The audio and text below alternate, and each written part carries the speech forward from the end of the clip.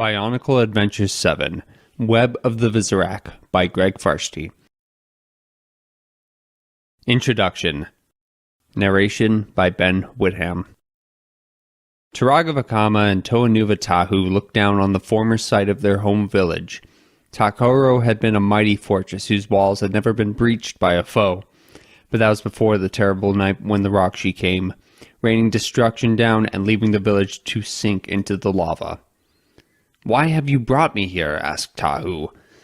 "Surely there was some other secluded spot in which you could tell me your tale of Metru Nui."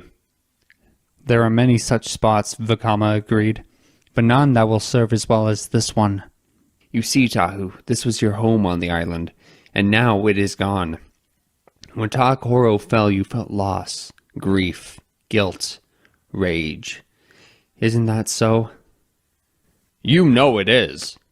"Then it is the best place for you to try and understand the history I have to share with you," the Taraga of Fire continued.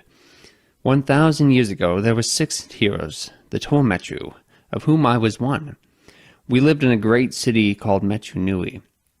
But Makuta struck at our city, and despite our best efforts, the Matoran were imprisoned in the city was damaged worse than we could know. Vakama shook his head slowly as the painful memories flooded his mind. "We escaped and found a new home, this island we call Metru Nui. But we had to return to save the Matoran and bring them here. There was no other way." "You sound as if you regret doing it," Tahu said, puzzled. "You were Toa. Protecting the Matoran was your duty. What else could you do but try to rescue them?" "We could have done it with wisdom," snapped Vakama. "We could have done it with unity. If we had, perhaps the horror that was the Hordika would never have happened. Perhaps the web of the Visorak would never have been spun." "Hordika? Visorak? I don't know these names," Tahu replied. "Be glad you do not," said Vakama.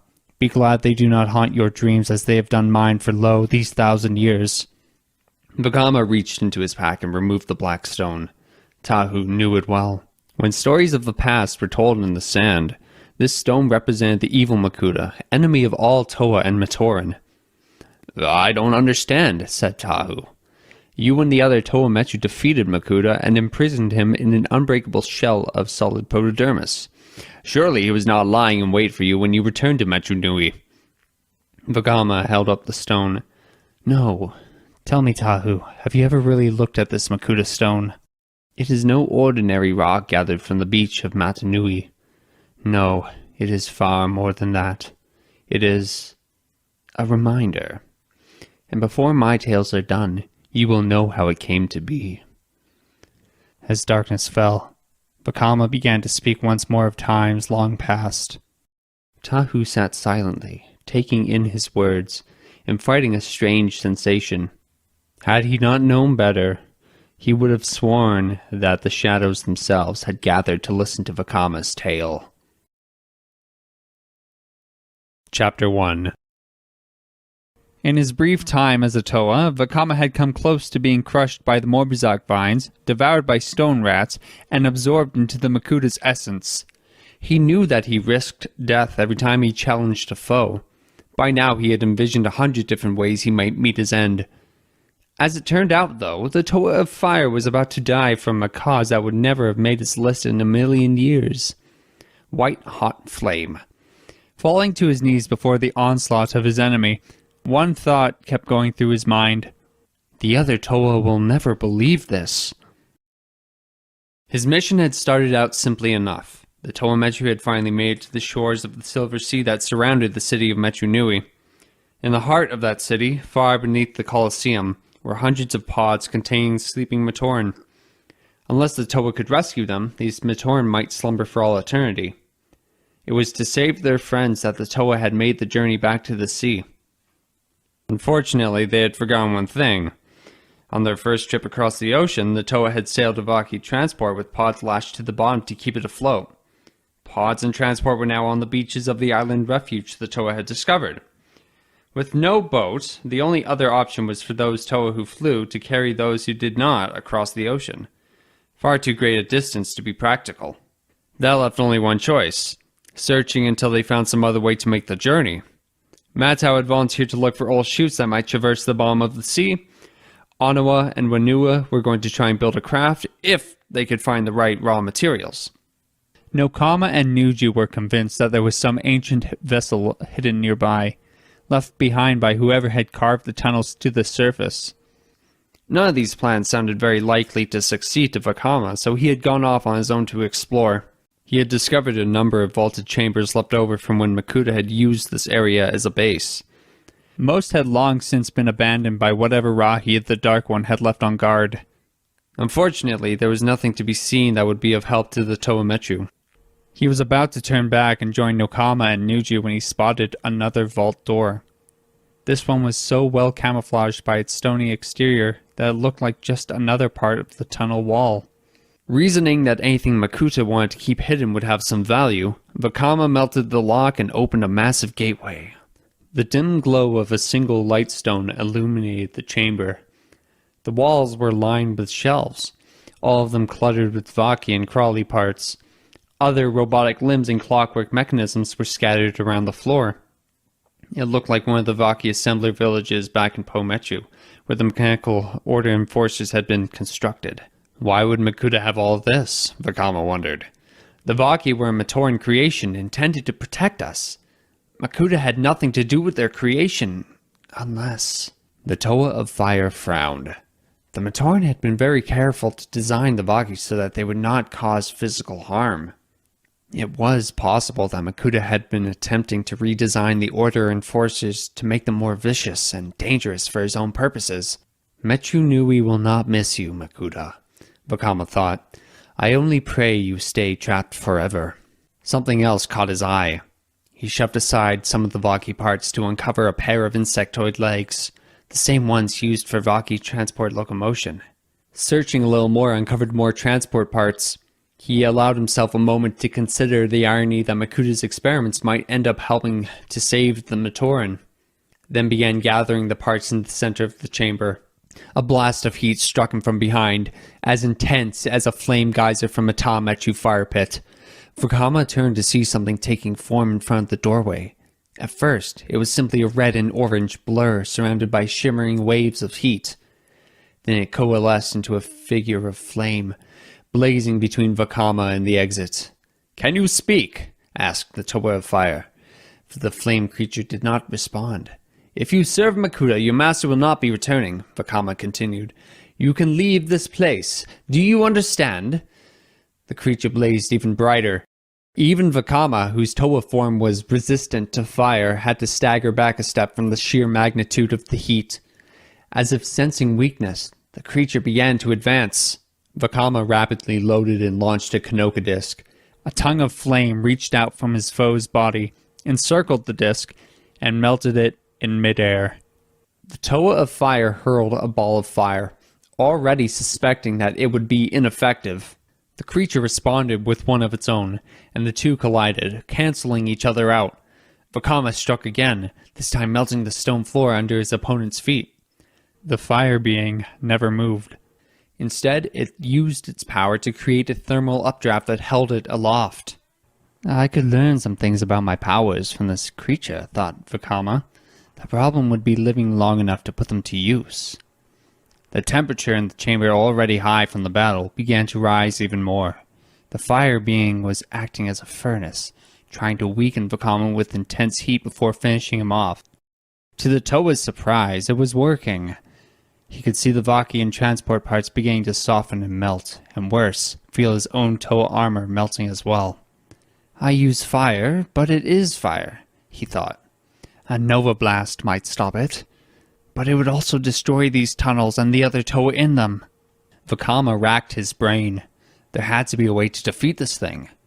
He found himself wishing Nuju were there, both for his knowledge of tactics and his ice power.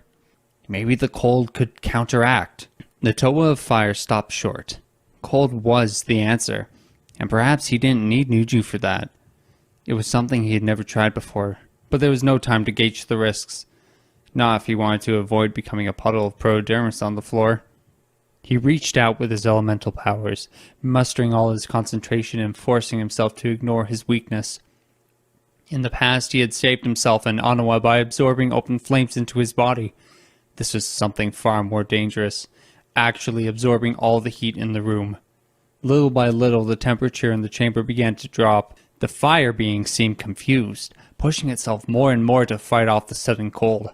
Visorak was relentless, calling on more of his power and drawing every last degree of heat into himself. The Toa's body glowed like a star. Through a red haze, he could see ice forming on the walls and floors. Now, it was the fire creature's turn to back away, trying to escape the fatal chill. Visorak pushed himself to his limit, and then beyond. The cold was making his limbs feel like lead. More power than he had ever known threatened to consume him. The fire being stumbled backwards and collapsed, frost forming atop its flames. As the Toa of Fire watched, a thick coat of ice covered his foe. The Toa of Fire knew in that moment he had won, but there was no cause to celebrate. He was almost frozen solid and perilously close to passing out. If he lost consciousness, the power within him would run wild and explode outward, killing himself and who knew how many others. He forced himself to move, the sheath of ice that covered his body cracking as he did so. He raised his arms, ignoring the fact that it felt like he was trying to lift the city of Metru Nui.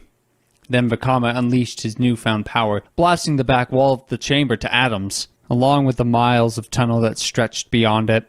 In the last moment before the darkness closed in, the Toa of Fire realized that he had just faced and conquered a dark version of himself. But I don't think I could do it again. When the other Toa found him, he was still lying unconscious among the rubble. The fire being was gone. Nokama used cooling water to revive him as the others gathered the pieces of the transport. It would take some effort to repair the parts and put the vehicle back together, but it seemed their best option. That left him with only one problem. "It won't swim float," pointed out Matsu. "The other transport stayed afloat for maybe a minute before we lashed the pods to the bottom, and we have no Matoran pods to use this time." "No, but we might have something that can replace them," said Onawa. "Come with me, and bring your arrow slicers." An hour later, the two Toa returned, both of them carrying armloads of blackened logs. They didn't have to explain where they got them. The Toa had only recently witnessed the death of Karzani, a plant creature created by Makuta with an appetite for conquest. Onawa decided to put the trunk and the branches to good use. If the idea of using the Karzani to help them make it back home bothered any of the Toa, they didn't say anything. Visorak welded parts of the transport together while Onawa, Matsu, and Whenua turned the logs into a crude raft. When the transport was done, they lashed the raft to the bottom and pushed it into the water. It wasn't the most seaworthy vessel ever to ride the waves, but it didn't sink either. As they boarded the new boat, christened Lekon II, none of the Toa noticed a small green shoot growing from one of the logs. It would be an oversight they would come to regret. Matsu sat in the cockpit. He was just about to start the transport's insectoid legs moving when he noticed Nuju's disapproving gaze. "What?" "I think I should drive," said Nuju. "You?" laughed the Toa of Air. "A Metru librarian steer piloting a machine like this? Why?" "Because I remember what happened the last time you drove." "Yes, we only found a beautiful home island, Nuju. Nothing very important or special," Matsu replied sarcastically. The Toa of Ice shook his head. "How is it that you managed to remember only the good things and never the bad?" Matsu grinned. "Practice, brother. Lots and lots of practice." Onawa crouched at the bow of the vessel, his eyes locked on the silhouette of Metru Nui. He expected the city to be dark, and it was. Nor was he surprised that only one sun now shone in the heavens. Makuta had drawn upon great and terrible forces when they fought him in Metru Nui. There was no telling what damage might have been done to the City of Legends during that conflict. Still, something about the look of the city was nagging at him. He might not have spent his life in crystal towers like Nuju, or soaring through chutes like Matsu, but he knew Metru Nui. He knew its rhythms, its feel, almost as if it were an old and trusted friend. Even stripped of its population, there were things that could not change about Metru Nui. "And yet they have." "What do you see?" asked Whenua. "Mist, everywhere, shrouding the city. Can't you spot it yourself?" "You know my eyes are not as strong in the light," said the Toa of Earth. "Maybe that's why I can't see what you do. Or maybe you just don't want to." Then more gently, Onawa continued, You really didn't want to leave, did you? Of course not. It's our home. Battered, bruised, but still the only place we have ever known. We could have stayed and rebuilt. We still could. Onawa said nothing. The same thoughts had occurred to him many times over the past few days. It had been Vakama's visions that told him that they must move on to a new land, beyond the Great Barrier, a place where Matoran could live in peace. But what if the Toa of Fire was wrong? He pushed the idea out of his mind. True, he had doubted Vakama from the beginning, but each time he had been proven wrong. It was too late to begin regretting the course of action they had all agreed upon. More than that, it was simply too painful to consider the possibility that they were abandoning Metru Nui for nothing. His eye was drawn to movement in the city. With all the Matoran trapped in slumber, nothing should have been darting across the rooftops. Could Makuta have already been free? Are we sailing into a trap? Nuju! He called. I have need of your vision. The Toa of Ice moved to stand beside him. Onawa pointed to the southern tip of the city. Nuju focused the telescopic lens of his mask on that point. He stared straight ahead for a long minute, never speaking, until Onawa could no longer contain his impatience. What is it? What do you see? Something is preparing to welcome us home, Nuju answered quietly. We should make certain we do not attend the celebration empty-handed. Chapter 2. Recording by Trajan Ehm. Nuva watched, puzzled, as Nuju and Nakama practiced complicated tactical maneuvers on the deck. Using both tools and elemental powers, they engaged in mock battle with the same intensity as if they were challenging a Vaki. Nakama hurled water blasts, and Nuju froze them. Nuju tried to trip her up with his crystal spikes, only to be felled himself by her hydroblades. Is this really necessary? Asked the Toa of Earth. What is in Metru Nui that we can't handle? It never hurts to be fully prepared, Nuju answered, narrowly evading a blow from Nakama's tool. Nuju saw Rakshi, lots of them on the rooftops, Nakama said, parrying strikes from the Toa of Ice.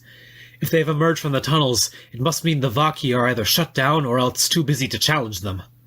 Either way, it means things could be worse there than we thought. I wish I could have seen more, Nuju continued, but the mist makes it difficult, and there is something more, something I couldn't make out. It was everywhere, obscuring the buildings and spires of the city. I fear for Metru Nui. Vakama's reaction to the news had been to urge Matau to increase their speed. The Toa of Air was never one to turn down a chance to make a vehicle go faster, but the choppy seas were beginning to make even him nervous. The skies are grey-dark, he said. Lots of lightning, too. Might not be the best time to cross. We keep going, answered Vakama. And then there is what Nuju spotted, said Onawa. We should send one or two of us ahead as a scouting party. I would volunteer. Make sure we know what we're walking into. Vakama shook his head. We can't afford the delay. I don't want the Matoran trapped in those sleep pods any longer than they absolutely have to be. If we end up rahi bones on the shore, they will be sleeping a good long time, Matau muttered. Vaki transports are built for calm seas, not storm-tossed. A wave washed over the deck of the transport. Vakama and Onawa held onto the railing to keep from being swept overboard. But the sea's argument made no more difference to the Toa of Fire than did Matau's. Waiting increases the risk that Rakshi or something else will break into the Coliseum and harm the Matoran, he said firmly, so we go on. If you wanted smooth seas and safety, we should never have become Toa. Matau watched the Toa of Fire walk away and said to himself, Or one of us shouldn't have, anyway. Matoran and Metru Nui had a special fondness for boat racing. In their off time, they would often gather the canals with miniature replicas of Metru vessels and sail them against each other to see which was the fastest. The truly daring would wait for those times when the channels were open to the sea and huge tides of liquid perdidermis would sweep through the canals. More than one little boat was swept up by the current in those races and smashed to shards against the walls. Nakama was beginning to get an idea of how those vessels felt. Twin storms had converged on the Likan too, hurling it this way and that. Tidal waves threatened to swamp or sink the boat. Vakama had ordered Nuju, Wunua, and Onawa below to lessen the chance they would be swept overboard. He remained near the cockpit, keeping watch as Matau struggled to keep the transport on course for Metru Nui. For her part, Nokama was straining her elemental powers to try to calm the raging seas. "It's no use," she cried. "This storm is too strong for me to control. We need to turn back." "Nowhere to turn back to now," shouted Matau. "Its reaches all the way to the Great Barrier. Forward sail or backward sail, the end is the same." "If we can't outrun it, we will just have to plow through it," said Vakama. "Keep on course." "I never knew Matoran were such ever-smart sailors," snapped the Toa of Air. "What do you think I'm trying to do?" The ocean ended the argument. A massive swell lifted the vessel high into the air. At the apex, a lightning bolt slammed into the bow, shearing off a large chunk of the hull. Then the wave pitched the ship forward, sending it plunging at high speed toward the shoreline of Metru Nui. "Hang on!" shouted Vakama. Like one of those miniature Metru toy boats, the Lekon II slammed into the sea and disintegrated on impact. The tide swept the shattered pieces of the transport and the Karzani cuttings in every direction. But of the Toa, there was no sign. A small rocky reptile skittered across the rubble-strewn shores of Metru. Now and then, small fish would work their way this close to the city's edge and become trapped among the rocks, making them easy prey. The larger animals stayed away from the water, especially in a storm, so it was a safe place to find a meal. Something stirred in the muck. The reptile paused, eyes wide, waiting to see if it was dinner or some marine predator driven to shore by the violent seas. When Toa Anawa's head popped up out of the mud, the Rocky leapt in fright and raced off. "Well, that stunk," said the Toa of Stone. A second figure rose up, covered in mud and seaweed, looking like a creature even an archivist couldn't love. Anawa let out an involuntary cry of surprise and struggled to free his proto-pythons from the mud. The figure raised a muck-encrusted arm and scraped the mud from its face, revealing the familiar mask of the Toa of Ice. "It would appear there is an error in our transport," he said slowly. "Pilot error." Matau's head and shoulders suddenly burst from a pile of rubble between the two Toa. He shot Nuju a look of annoyance. "Hey! I was only order taken. Vakama was order given." "No need to be critical, Matau." The three Toa turned to see Nokama emerging from the water. "Regardless of how gracefully," she continued, "we made it." "Yeah, well, whatever," grumbled Matau. His attempt to shrug was foiled by the rock and mud that surrounded him. "Could somebody dig me out of here?" Nuva approached and used his earth-shock drills to clear away some of the debris. Then he reached down, grabbed Matau's hand, and pulled the Toa of Air loose. "Thanks," said Matau. "It's what I do," replied Nuva. "Good to see we're all intact.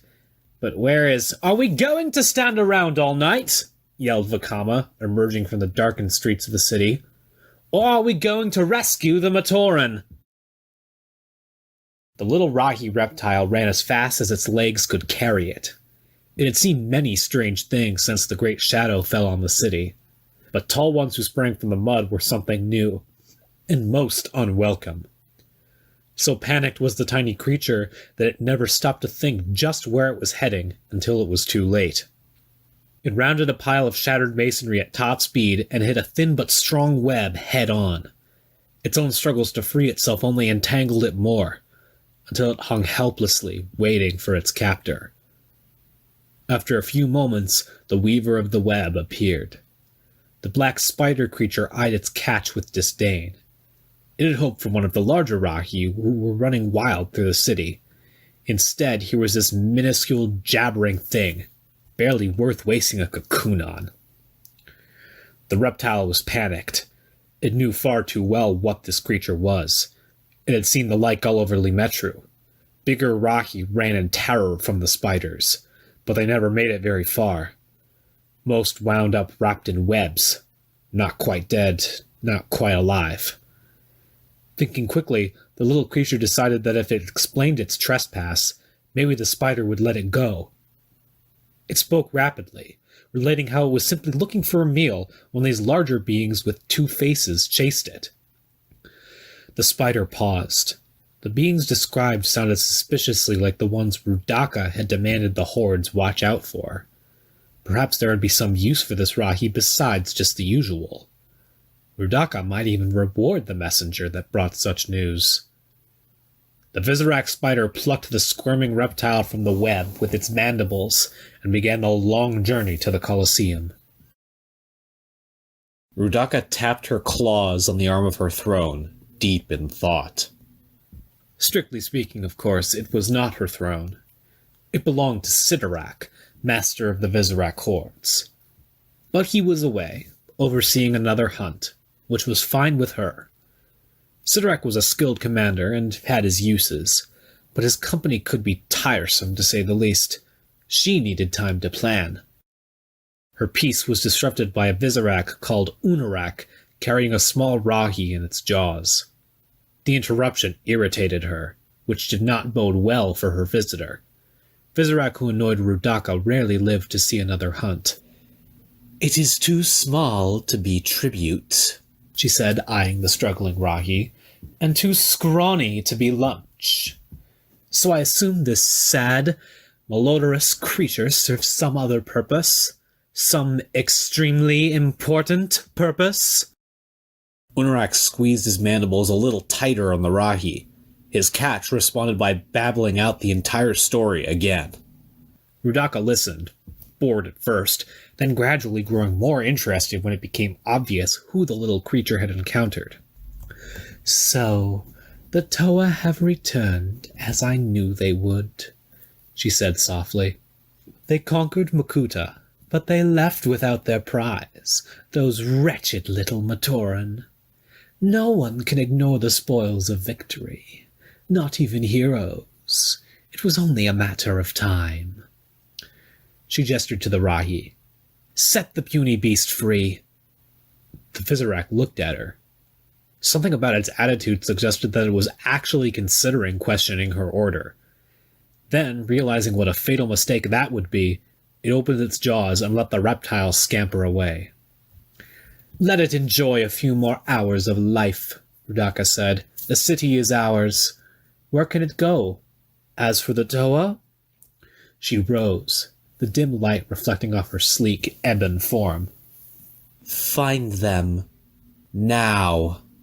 And when they are found, you know what to do." Rudaka watched the Visorak depart to carry out her commands, and allowed herself a smile. Fate had delivered right into her claws, the only thing she needed to complete her plans. Now it was just a matter of time. The Toa Metru walked through the quake-damaged Metru. Their progress was slow. Most of the city's light stones had gone dark, and those that still worked produced only dim illumination. The streets were strewn with rubble, and strange plants had overgrown entire blocks. This, combined with the absence of any Matoran, created the impression of a dead city. Worst of all were the webs, a combination of thick and thin strands with the strength of solid metal that hampered all forward movement. Nuva was up ahead, using his mask of night vision to try and light the way, accompanied by Matau. Vakama and Nokama stayed close behind, with Onawa and Nujo on their flanks. "Where were you? I mean, after we crashed," asked Nokama. "Scouting," the Toa Fire replied. "I wanted to make sure there was no immediate danger." "You might have helped your brothers first. They could have been injured. I'm surprised you didn't think of that." Vakama paused for a moment before replying. "I did. But if I went looking for them, and there was something lurking nearby, we might have been caught unaware. I made the decision to scout first and seek later." Nokama said nothing. They walked on in an uncomfortable silence for a while before she turned back to him. "You don't have to feel bad, you know." "About what?" "The wreck. Even if we had turned back earlier, we might still have been swept up in the storm. It wasn't your fault." Vakama glanced at her, as if surprised she had brought it up. "I don't feel bad. We had to get back to Metru Nui. I wasn't going to let a little rain get in our way." "A little rain?" Nokama shook her head. She had seen Vakama angry, frightened, confident, uncertain, and in a whole host of other moods. But this new attitude was beyond her. She wasn't sure whether to be irritated or worried by his recklessness. As if sensing she did not approve of his actions, Vakama stopped and looked her in the eyes. "Listen, Toa Khan was captured by the Dark Hunters because I could not help him. He gave me a mission. Save the heart of the city, the Matoran, and I failed. He died taking a blast meant for me because I wasn't good enough to stop Makuta before that." Vakama's eyes blazed. "I won't fail again. The Matoran will be saved, with the rest of you, or without you." "This is not Metru," Matau repeated for the 5th time. "It is a bad thought dream." "I am sorry," said Winua, "but it is real. And I'm sure the rest of the city looks just as bad." "Nothing could be as bad as this," Matau replied. "So many chutes broken. Streets buckled, green growth everywhere, buildings shattered. If this is what happens when we win a fight, I hope we never lose one." "It could all be repaired," Winua said quietly. "But Vakama says we have to leave and start fresh on the island." "The thought of trying to fix all this does not bring happy cheer," said Matau. "But neither does trying to ride Uthal carts through that swamp in our new home." "What do you really think of his visions?" Matau shrugged. "They've been right so far." He paused before adding, "Often enough that we might follow one's lead, even if he simply made it up." Winua looked at Matau. Had the Toa of Air just suggested that the entire move to the island might be the result of a lie on the part of Vakama? Why? What could Vakama hope to gain by leading them to a strange new land? "The problem with questions," he decided, "is that they are impossible to forget once they have been asked. If you cannot forget them, then you have to find answers for them, even when you would rather not." He was almost grateful for the noise that interrupted his thoughts. It had come from off to the right, side of some of the thicker vegetation that now choked the streets. Something was in there, most likely a Rahi. Winua silently signaled for Matau to circle to the right and see if he could flush out the creature. Once it was out in the open, the Toe of Earth could use his mask of night vision to blind it until it could be subdued. Matau had gone perhaps 4 steps into the tall grass when he found himself tangled in web. Unlike some of the other ones that had been old and brittle, this one was fresh and stubbornly clung to him.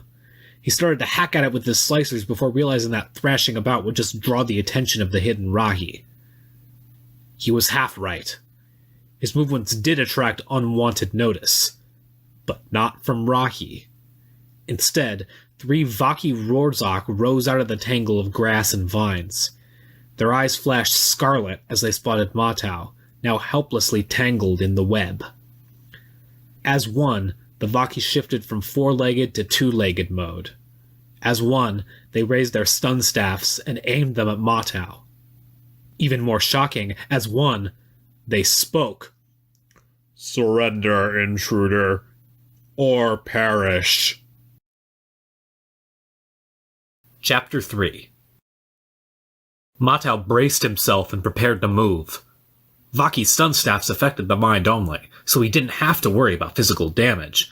The trick would be dodging while stuck in the web. "Surrender, intruder," the Vaki repeated. Their voices were harsh, mechanical, and riddled with static. That was not half so disturbing as the fact that they even had voices. Vaki had always communicated via ultrasonics, never in an understandable language. Matau heard Winua's Earthshock drills revving. So did the Vaki, 2 of their number breaking off to investigate. "Winua, watch out! Vaki!" the Toa of Air shouted. One of the remaining Vaki unleashed a blast from his stun staff. Matau barely managed to duck his head out of the way. The bolt struck the web and promptly incinerated a large portion of it. Behind his mask, Matau's eyes widened. Vaki stun blasts couldn't do that. They were specifically designed not to cause property damage or injure Matoran. What was going on here? Another blast sounded to his left. He heard Wanua grunt and hit the ground. The other Toa would be there any moment, but there was no guarantee they would be in time. The Vaki's bolt had weakened the web. Not much, but it would have to be enough. Mata threw himself forward as if he were going to do a somersault. Some of the web ripped away from his back as his slicers cut through more.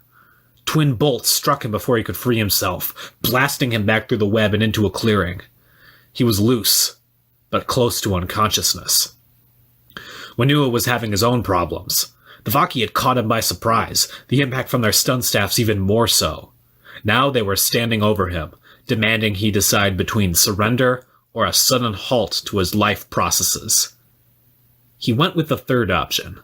Setting forth his elemental power, Wanua caused 2 pillars of earth to rise rapidly out of the ground, carrying the Vaki high into the air. Then he sat up and sheared through the pillars with his drills, sending the robotic order enforcers plummeting to the ground. As soon as they recovered from the shock, they would go into flight mode, but that gave Wanua time to head back for the other Toa.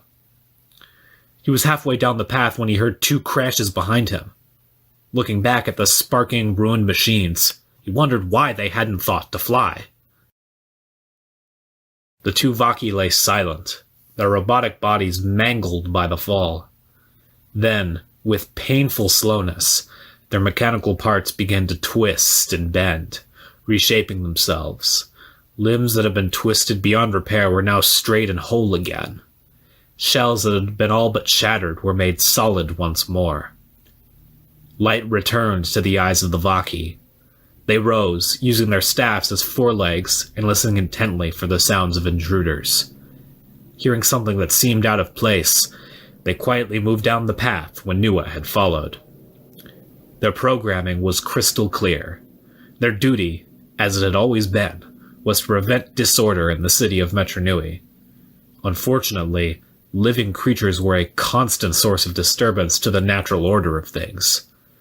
But although the recent cataclysm had badly damaged the city, it had also opened the Vaki's eyes to a simple truth that changed their mission forever. After all, there would be no disorder in Metru Nui if there was nothing left alive.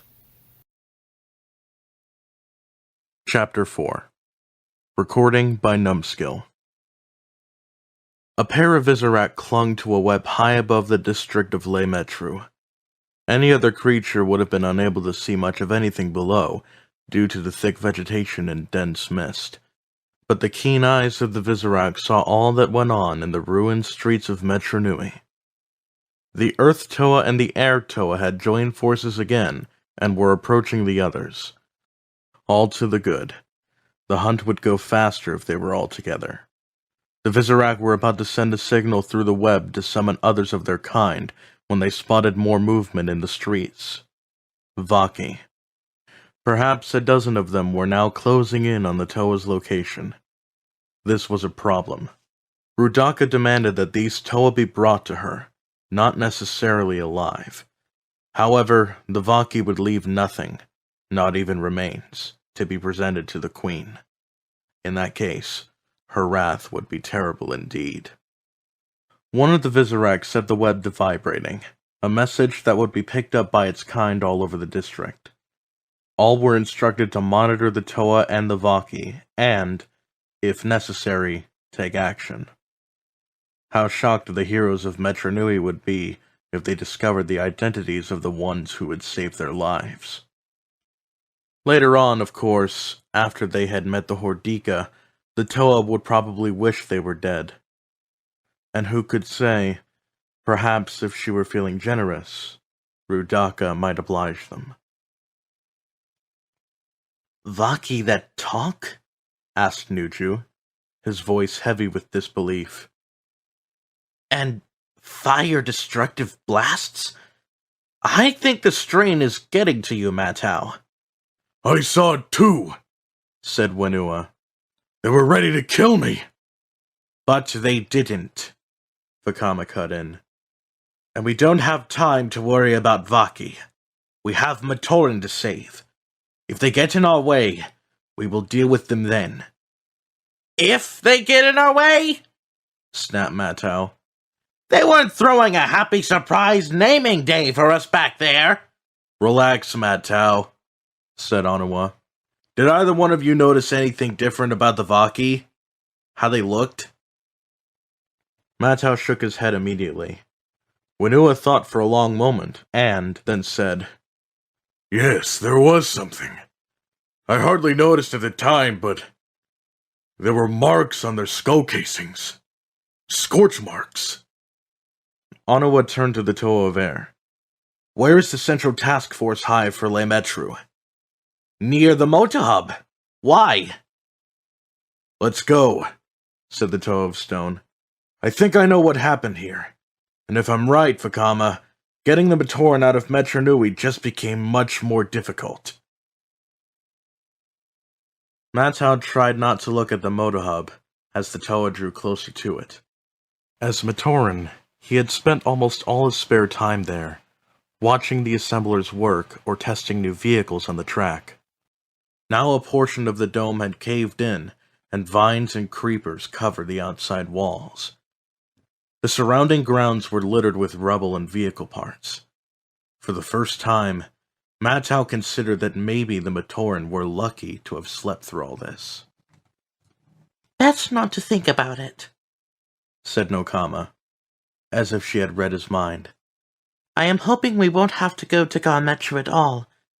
I dread seeing what has become of my school and the great temple. Matau said nothing. He had already decided to limit his flying as much as possible. The less he saw of the new Metru Nui, the better. Over here! Onawa called.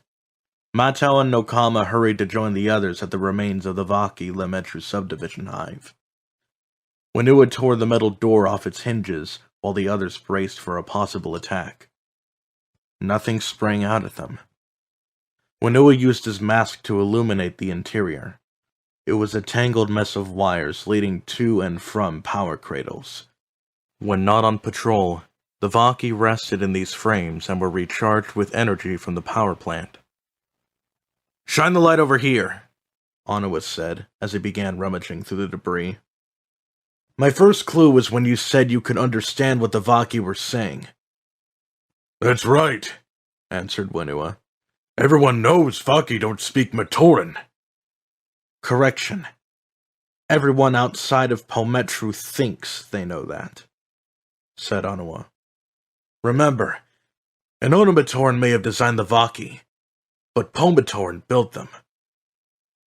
The Toa of Stone fished a charred Vaki head and arm out of the rubble. Blown to pieces. I bet that happened to a lot of them. Otherwise, the city would be overrun already. He tossed the robot head to Winua. Vaki always spoke Matoran. They just spoke it at such a high pitch and speed that no one could understand them. When you said they were making sense, I knew something had happened that affected their speech centers. And maybe the rest of them too. Onawa bent down, grabbed one of the power cradles, and with a mighty heave, tore it loose. He dragged it out of the hive and dropped it at the feet of the Toa. The metal frame was scorched and partially melted. There. When Makuta overloaded the power plant, the feedback shot through the hives. Most of the Vaki were destroyed by it. The ones who weren't absorbed the energy surge and were changed. A half-dozen energy bolts sizzled through the air around the Toa Metru. The heroes scattered as the blasts tore holes in the hive. Right on the heels of the attack came the sight of 3 Nurok and 3 Kirok closing in on the location. Vakama raised his disc launcher, and Nu drew his crystal spikes, ready to defend themselves. Matau slipped between them and forced their weapons down. No, he whispered. I don't want Le Metru damage-scarred worse than it already has been. Hide in the moto hub. I have an idea. Running and hiding didn't sit well with any of Matau's comrades. But one of the most important parts of being a Toa was respecting the rights of another when in his Metru. This was Matau's home, so it had to be his choice. Silently, the other 5 heroes vanished through a crack in the motohub wall.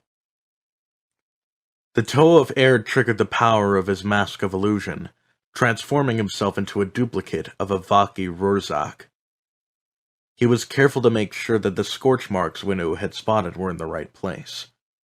Once the shape-shifting was done, he stepped boldly out to face the oncoming Order enforcers.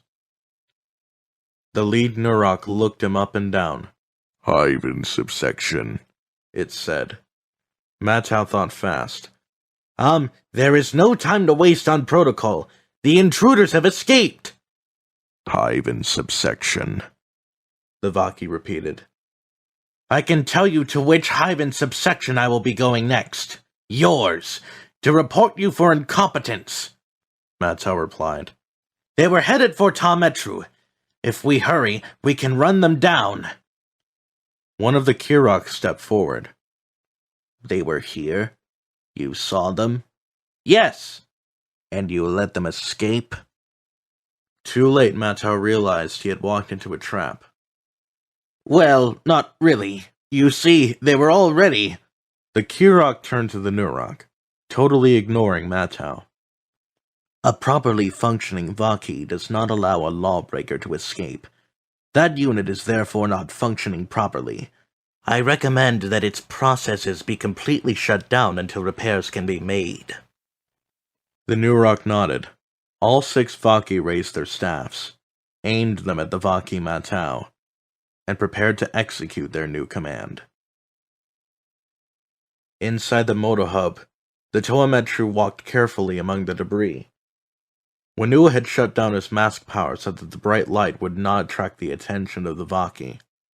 Onawa stumbled on a piece of pipe and almost fell. Rahi bones, he cursed.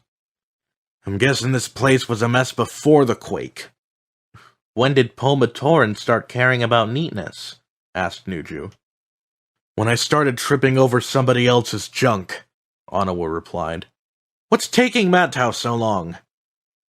He's probably in command of the squad by now, Winu chuckled. And leading them too. The Toa of Earth's voice trailed off. Nokama turned around to look at him. She could barely see Winu's outline in the dim light. He was facing the wall, examining something she could not make out. What is it? She asked.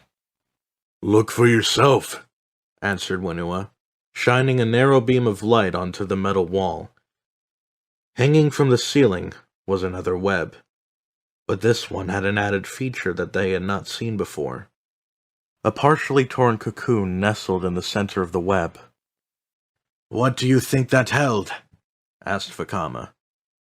I don't know, but whatever it was, it got out, said Winu. And I would guess it is in here with us. Matau did his best to ignore the stun staffs pointed his way. It had been his decision to send the Toa Metru into the Moto Hub, while he stayed here to lure the Vaki away. If it hadn't worked, well, at least he could still buy time for his friends to escape. He wondered if his form would immediately shift from Vaki to Toa if he was unconscious or dead. He hoped so. Otherwise, the Vaki might decide to disassemble their malfunctioning target right on the spot. The Vaki prepared to launch their energy bolts. Matau waited, eyes open, refusing to give them the satisfaction of showing any fear. Something caught his eye in the distance. He couldn't make it out clearly, but it seemed to be spinning through the air at a high altitude. As he watched, it dropped rapidly, headed for the Vaki. The object whirled in front of the Order enforcers, striking each of their staffs in turn. Wherever it hit, acid burned through the tools, shearing them in half. What was that? Wondered Matau, watching the spinning object soar away. And how can I get my hands on one? The Vaki whirled and immediately went into a defensive posture. Their optical receptors scanned the area, searching for whoever dared to interfere with their operations. Matau took advantage of their distraction to slip away into the Moto Hub. High above, the hard, cold eyes of the Visorak watched events unfold.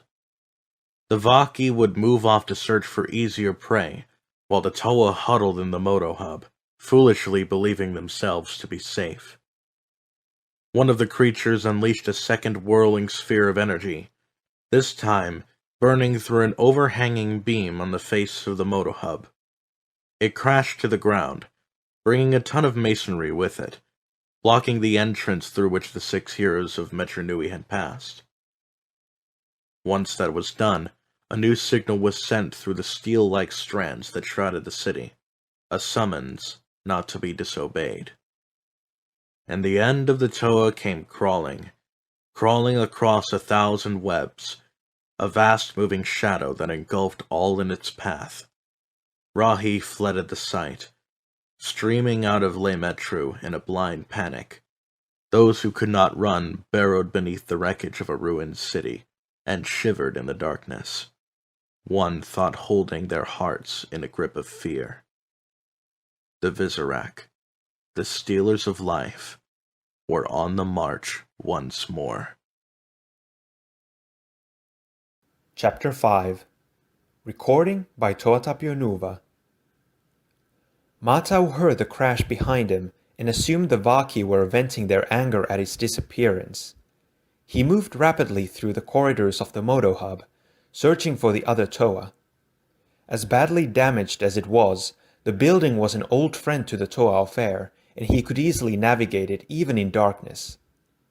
The voices of the other Toa drifted down from up above. They had evidently traveled in the direction of the test track. Matau found a ladder and began to climb. The sound of his armored feet striking the rungs roused a creature who slumbered in the darkness. Red eyes snapped open, focusing immediately on the stranger in its new lair. Its long body uncoiled, even as leathern wings unfolded to their full span. It launched itself into the air and began to silently follow Matau. Despite the severe damage done to the city, the Le Metru test track had remained relatively intact. Its original construction had included layers and layers of reinforced solid protodermis, proof against even some of the spectacular crashes Matau had been part of. Vakama doubted that even the Vaki's newfound powers could have pierced the walls. When Nuva had brought the remains of the cocoon with him and was examining it carefully. It was unlike any substance he had seen before, thin and delicate, yet incredibly strong. It took effort to even tear one of the strands. He triggered one of his earthshock drills at low speed and reached inside to see how easily he could make a hole in the webbing. The Toa of Earth suddenly grunted in pain and dropped the damaged cocoon on the ground. When Nuva looked down at his hand, mystified. "What's the matter?" asked Nuju. "Something in that mass of webbing stung me," Wenua answered, holding out his hand. "Look." Nuju extended his telescopic lens. Yes, there was a small wound visible. The Toa of Ice retrieved the cocoon and inspected the interior. "Barbs," he said. "The inside of the cocoon was lined with them." Nuju reached inside and very gently snapped one of the sharp strands of webbing off. A drop of copper-colored fluid was pooled inside the barb. The Toa of Earth frowned. "What is that? Some new kind of energized protodermis?" Nuju peered intently at the liquid. "No, the color and consistency are all wrong. I think this is something organic. Some kind of venom, perhaps." "Venom?" The word echoed in Wenua's mind. A memory was struggling to come to light. It had first been awakened by Onawa's use of the word Visorak while his mind was enthralled by a strange creature in the tunnels between Metru Nui and the island above. Then, when the Toa arrived in the city to find it shrouded by webs, the feeling grew stronger. Somehow, in some way, Wenua knew what all this meant, but the knowledge was just beyond his reach. "What do you think made this cocoon?" the archivist asked. "I don't know," said Nuju, already walking toward the others. "I don't know far too many things, like what this venom does, how many cocoons there may be, and what they are being used for. But I think our future might depend on finding out." Matau was almost at the top of the ladder. The entrance to the test track was not far away. He was anxious to tell the Toa all about the spinning object he had seen that could cut through Vaki tools. Something like that might be a real help when it came time to rescue the Matoran from the Coliseum. He stopped in mid-climb.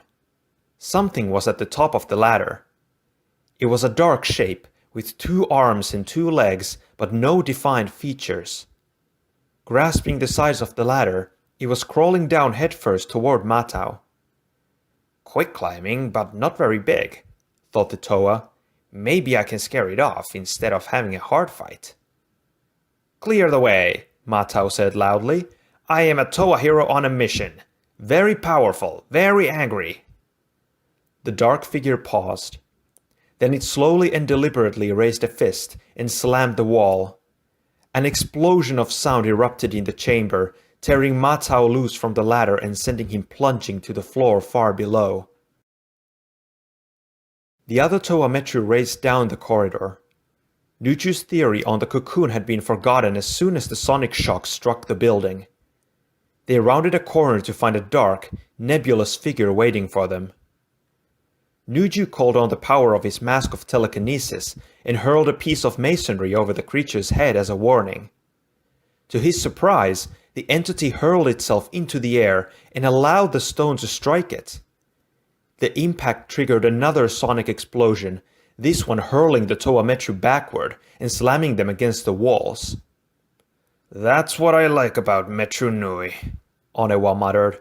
Always something new. The Toa of Stone summoned a ring of rock to surround their adversary. It took only split seconds to bind the being in stone. Onewa expected it to rage or scream, but the figure's response was a simple shrug. When its substance struck the rock, the newly made prison shattered into fragments that buried themselves in the floor, walls, and ceiling. The Toa barely ducked the stones in time. Nice try, said Wenua. Not nice enough, replied the Toa of Stone. It's still standing, isn't it? Still. Onewa went silent. Wenua knew that usually meant his friend was hatching a plan, usually one that involved insane risk and almost no chance of success. Those were Onewa's favorite kind of plans. Stay here, the Toa of Stone said finally. I will be back soon. Keep this thing busy, but whatever you do, don't strike it. And what are you going to be doing while we are inviting our friend to play Akalini? Asked Vakama. I have an idea, Onewa answered, already running and leaping over the creature. But it needs Matau to work. Oh, I see, said Wenua, watching him go. I was worried there for a moment, but you have an idea that needs Matau to work. That changes everything. You're not worried now? Asked Nakama. No, now I'm terrified. Onewa ran at top speed down the corridor. When he reached the ladder that led below, he dropped to his knees to peer down into the darkness. He suddenly wished he had thought to ask Wenua to swap masks. Matau, he yelled. Onewa? The Toa of Air said weakly. Where are the others? Fighting up above, and we need you, the Toa of Stone answered. Are you hurt? Hang clinging to what's left of the ladder, came the reply. Sore, but alive. Can you fly? Straight down, maybe. Onewa dug the end of his proto-piton into the floor and lowered himself down the hole. He had a general idea of where Matau was now. Extending his piton as far as he could, he stretched the other down toward his fellow Toa. Grab on! An instant later, he felt a tug on the piton. Bracing himself, he told Matau to let go of the ladder. The next moment, Onewa was suddenly supporting the weight of a Toa as Matau swung free in the darkness. Slowly, painfully, Onewa hauled himself and Matau back to the floor above. Come on, brother, he said. We will talk on the way. By the time they made it back to the other Toa, Matau understood the plan. It had come to Onewa when he recalled Vakama's confrontation with the fire creature, but this idea was even more dangerous than that encounter had been. One mistake, and any or all of the Toa would be dead. The Toa Metru had not fared well in their absence. The creature had apparently grown tired of waiting for an attack and had begun hurling portions of its substance at its enemies. When they struck, it was like standing in the middle of a thundercloud during a storm. The barrage of sound kept the Toa off balance and on the defensive. Anawa and Matau took up positions behind the creature. "Nuju, I need airtight walls on both ends of the corridor. Now!" If any of the Toa felt like arguing, they chose to wait until the fight was over. Mustering their elemental powers, Anawa and Nuju crafted stone and ice walls behind both their group and their enemy. When they were done, the Toa Metru were sealed into a small portion of the hallway with the nebulous figure. "Matau," said Anawa. I know. Don't hurry rush me." The Toa of Air closed his eyes and concentrated. Vakama had been able to draw heat and fire into himself, so that meant Matau should be able to do the same with air. But he could already tell it was going to be harder than he had imagined, especially with his head still ringing from the explosion. By now, both Nuju and Vakama had figured out what Anawa had in mind. "Hold your breath," Vakama said to the other Toa, "and whatever you do, don't open your mouths." Wenua had a response in mind, but a sharp look from Nakama convinced him to keep it to himself. He took a deep breath and kept a wary eye on the dark figure who was becoming agitated. If it unleashed another sonic boom in this confined space, they would be scraping the Toa off the walls. Matau summoned more and more of his power. He had long ago passed his limit, but his task was not yet done. If even a single molecule of air remained in the room, Anawa's plan would fail. When his instincts told him the space was at last airless, he opened his eyes and nodded to Anawa. The Toa of Stone gestured to Nuju, who hurled a stream of solid ice at the dark being. The Toa braced themselves for another explosion of sound. Ice struck the gleaming surface of the strange being, but this time there was no sonic attack in response. Instead, the foe shattered like dark crystal and melted away, leaving no trace behind. Matau didn't wait for Anawa's signal. He unleashed a hurricane wind so powerful that it blew down one of the stone and ice walls. Then he collapsed to his knees, exhausted. "What just happened?" asked Nakama. "Sound," said Anawa. "The creature was made of sound. Strike it and you set off a sonic explosion." "So Matau created a vacuum," Nuju continued. "If there is no air, there is no sound. We could strike him without being struck in return." "Amazing," said the Toa of Water. "Is there any end to the new dangers we will find here?" "A better question is, did this thing come from the cocoon we found?" asked Wenua. "I don't think so, but I would prefer not to meet the original contents in a confined space," Nuju replied. "Let's get out of this place." "Hard ground entrance is blocked," said Matau. "We will have to use the test track emergency hatch. It's a short high climb." The Toa Metru headed for the test track. None of them looked back, preferring for the moment not to know if something was gaining on them. The Le Metru test track was designed to determine the performance capability of new vehicles. Designers from different Metru would bring their plans to Le Matoran builders, who would decide what was worth testing and what was not. Then a crude prototype would be built and run on the test track by volunteer drivers like Matau. If the vehicle survived the high speeds, steep ascents, and rapid descents, it might be considered for mass production in the Moto Hub. Now the test track was dark and deserted. As the Toa climbed the ladder that led up through the archway to the emergency hatch, no one spoke. They were all aware of the good memories that Matau had of this place. He had spent most of his spare time here, and had even been on the track when Toa Likan gave him his Toa Stone. The Toa of Air wrenched open the emergency hatch, intended for quick escapes by drivers should their vehicles burst into flame. It was wide enough for two Toa to climb through at a time, and he and Nuju were first to exit. They stood on top of the archway, looking up at the sky. Through the perpetual mist, thousands of glittering points of light could be seen. "Look, brother," Matau said, smiling. "Even in this dark time, the stars keep shining. I don't think I have ever seen so many, even from Toa Metru. Isn't it beautiful?" "Get back inside," Nuchu snapped, practically shoving Matau back through the hatch. "What?" "Those aren't thousands of stars looking down upon us, brother," said the Toa of Ice, leaping in after him. "Those are eyes." Chapter 6.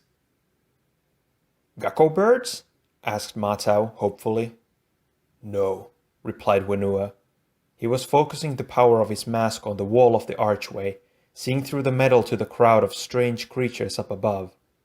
"Stone rats? Asal crabs? Really big protodytes?" "No, no, and what are you thinking?" "Then what are they?" demanded Vakama. "Why are they up there, watching this place?" Wenua turned to the Toa of Fire, but then looked away, as if he could not meet his friend's eyes. "Vakama, they are Visorak. They are sitting on the webs they created, waiting, knowing we have to come out sometime." "Visorak?" Vakama repeated. "Wait, Anawa used that term on our journey back to the city, when his mind was controlled by that strange parasite. If you knew the name, why didn't you say so then?" I didn't make the connection," Wenua said quietly. "It's an obscure reference. I saw a portion of a carving once, long ago, that contained the name. It took actually seeing them and their webs to make me remember." "You're an archivist!" Vakama exploded. "You are supposed to be able to identify the Rahi we run up against. Otherwise, what good are you?" The others stared at the Toa of Fire, shocked at the outburst. Wenua, stunned and hurt, said nothing. It was Anawa who jumped to his friend's defense. "If we had turned back when the storm started, or sent a scouting party like I suggested, we wouldn't be in this mess. But you were in such a hurry to get back here so we could leave again that—" "I am in a hurry to save the Matoran, as you should be," Vakama shot back. "I made a promise to Toa Khan, and I intend to keep it." "Did you make that promise when you let him get captured, or when he died saving your mask?" the Toa of Stone said, turning away. "I'm starting to think it is not very healthy to be your friend." "Far healthier than being my enemy," Vakama answered, a nimbus of flames surrounding his hands. "If you have a problem with me or my leadership, Carver, let's hear it." Anawa spun on his heel, took 3 long strides forward, and thrust his mask right up to Vakama's. "I have a problem with you, your leadership, your attitude, and your Akalini-headed idea that only you have to live up to the legacy of Likan. We all do. We all have friends lying in Makuta sleep under the Coliseum, and we all want to save them. We all know the price of failure. So get down off your Toa statue before I knock you down."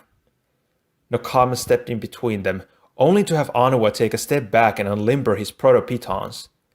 "I will fight alongside anyone. Toa, Rahi, Vaki, even the Dark Hunters themselves, to save the Matoran," said the Toa of Stone. "But Makuta take me if I will be a sidekick to a fire spitter who couldn't find his way out of a forge." Matau's arrow slicer flew through the air and plunged into the ground between Vakama and Anawa. "Stop the loud shouting! Now! The enemy is out there, not in here, and we cannot win a Toa victory if we are traveling in 6 different chutes. Someone has to lead." Nuju glanced at his fellow Toa.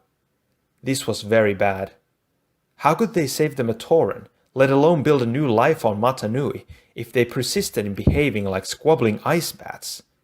He made a mental note that, if they survived to see the island again, he would impress upon his Matoran the virtue of self-reliance. "Other beings are just annoying," he decided. "Never before has so much been spoken, and so little of worth said. It makes one question the point of having a language at all."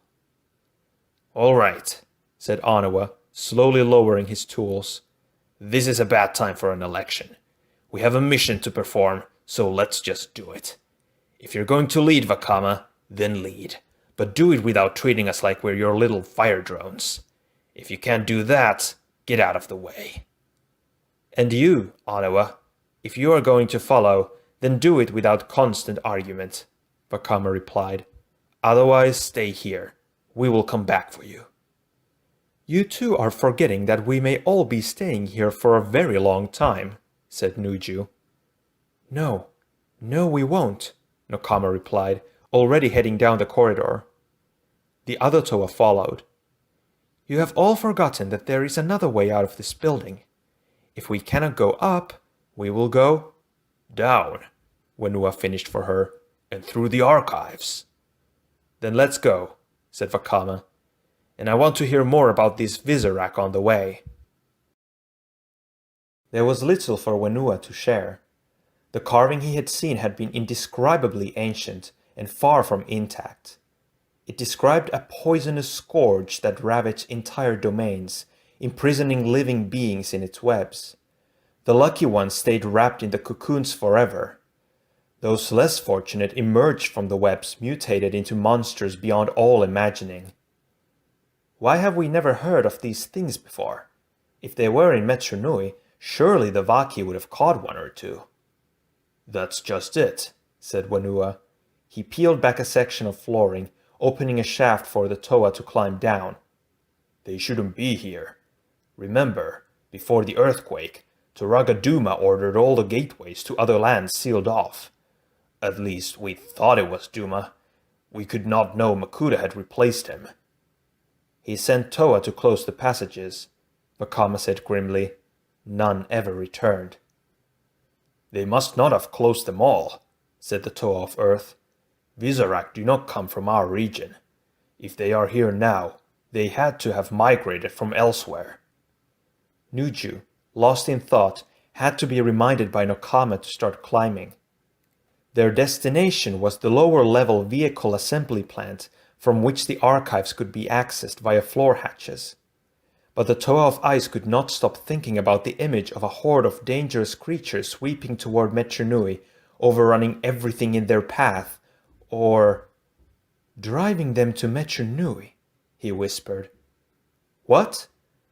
Nuju stopped climbing. It all makes sense now.